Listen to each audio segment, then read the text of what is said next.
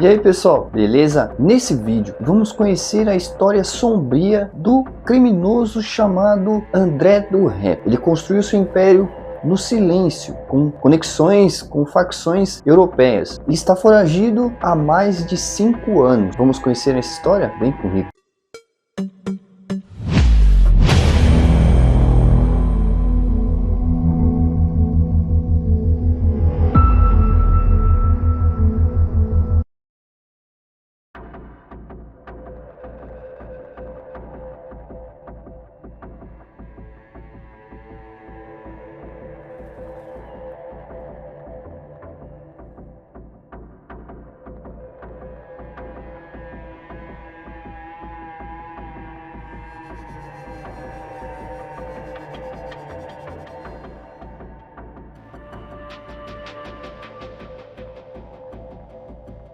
André nasceu na Baixada Santista, litoral de São Paulo, uma região marcada por praias turísticas, mas também por desigualdade, tráfico e corrupção. Nos anos 80 e 90, o Porto de Santos já era considerado uma das portas mais importantes do crime organizado no Brasil. Por ali, circulavam riquezas, mas também drogas, armas, contrabando e jovens que cresciam observando o dinheiro fácil dominar bairros inteiros.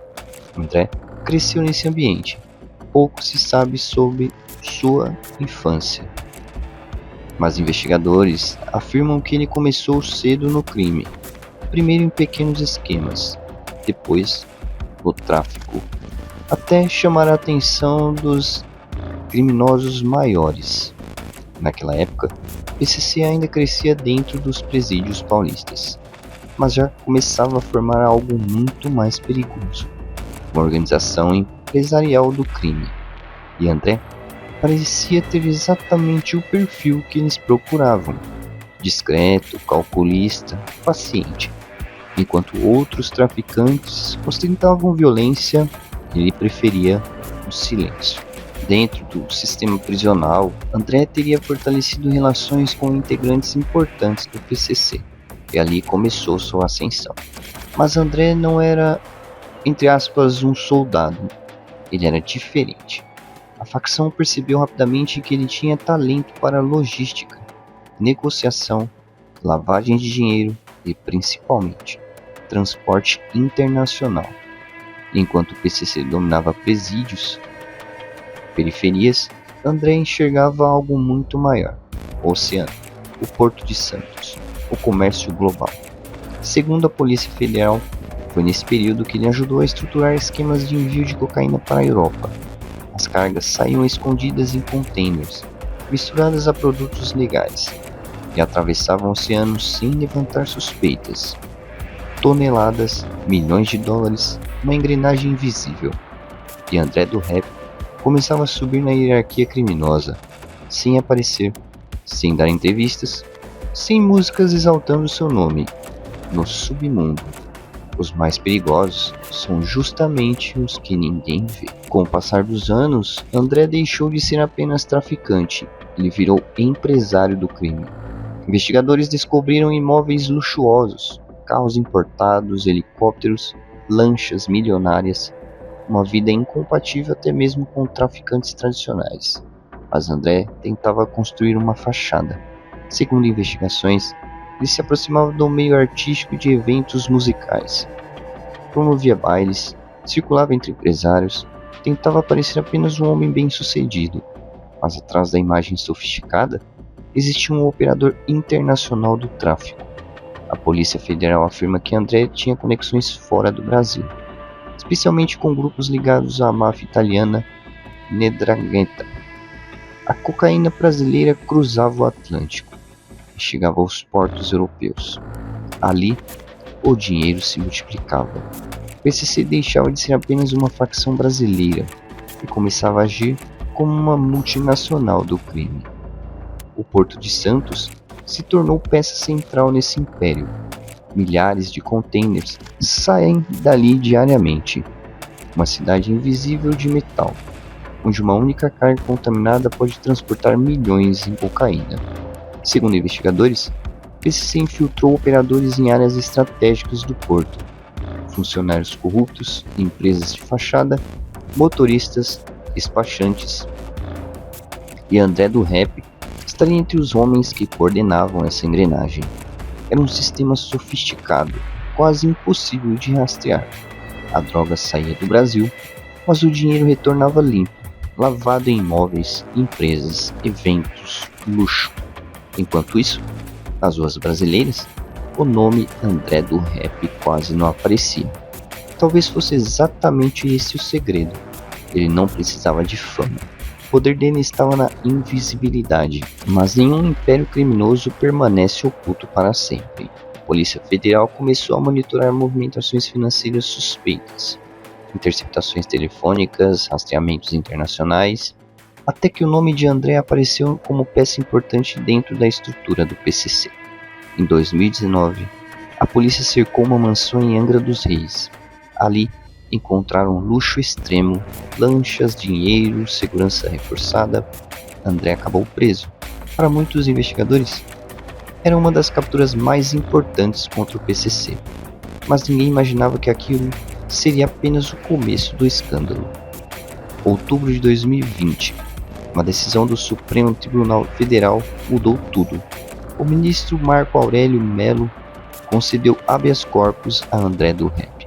A justificativa envolvia uma regra processual. Prisões preventivas deviam ser revisadas periodicamente. A decisão caiu como uma bomba, porque André não era um criminoso comum. Ele era considerado um dos maiores traficantes do país. Mesmo assim, a porta da prisão se abriu e André saiu caminhando, livre horas depois.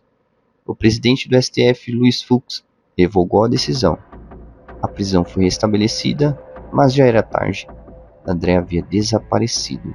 O Brasil assistia incrédulo.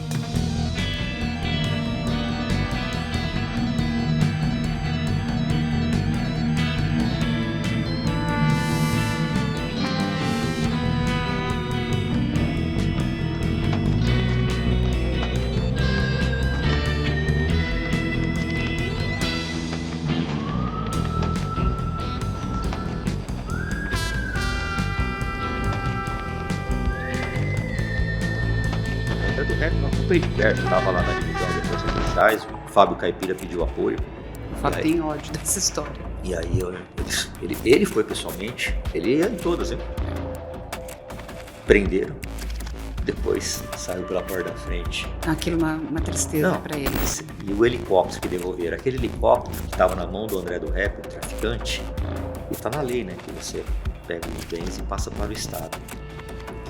Ele servia para transporte de órgãos, para as pessoas poderem fazer transplante, que tem que ser uma coisa extremamente rápida. Apareceu o órgão, Sim. É a questão de horas, já tem que estar no hospital, a equipe... O helicóptero ajuda muito. Ajudava muito. E tiraram esse helicóptero da polícia.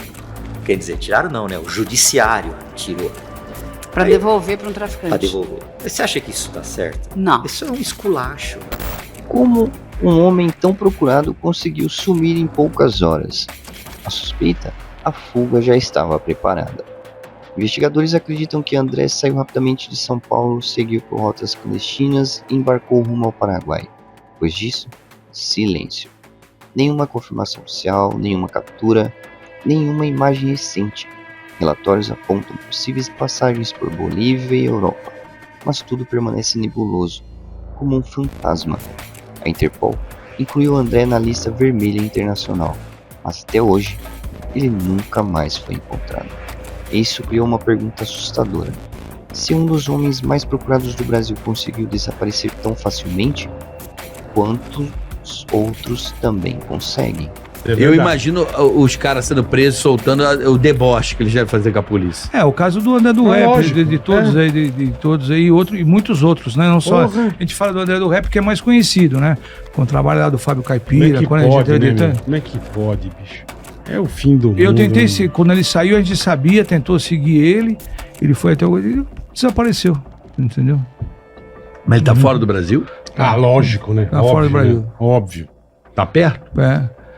Uns falam que estão no México, outros falam que estão no Paraguai, mas tem várias linhas de investigação, né? Investigações. E ele controlava o que ia embora no porto, né? Foi por isso que ele foi preso, né? Não, o foda é como é que pode soltar o cara, velho.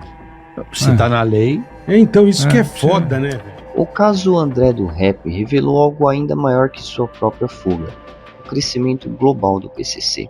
Autoridades internacionais passaram a enxergar a facção brasileira como uma organização transnacional, capaz de negociar diretamente com máfias europeias, romper estruturas, mover bilhões e operar silenciosamente em vários continentes.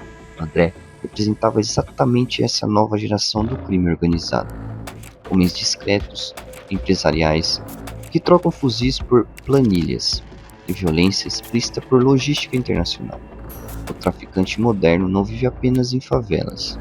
Às vezes, ele vive em mansões, viaja de helicópteros e desaparece sem deixar vestígios.